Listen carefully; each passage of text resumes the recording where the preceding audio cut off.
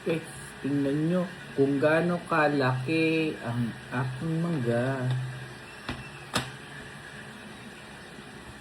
Tingnan, meron tayo ditong mangga na halos yung laki na ng plato. Laki, no? Ito ang tawag dito is apple mango. Ba't kaya yung apple mango iba yung lasa kumpara dun sa regular na mangga? Buksan natin.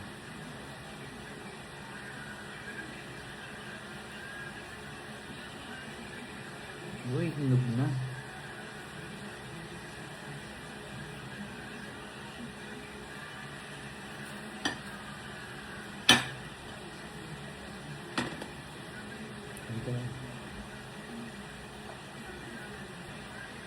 Hinog na siya. Parang siyang papaya sa laki. Okay, no? Pero may mas malaki pa dito eh.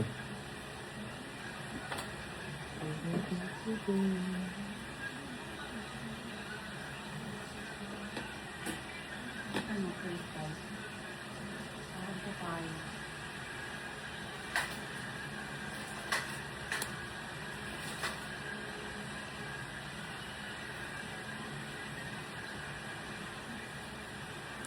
Maghugas tayo bago tayo magbalat, ha.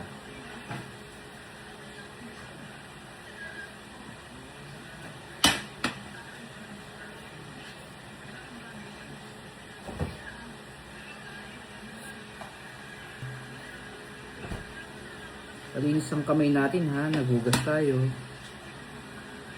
Laki.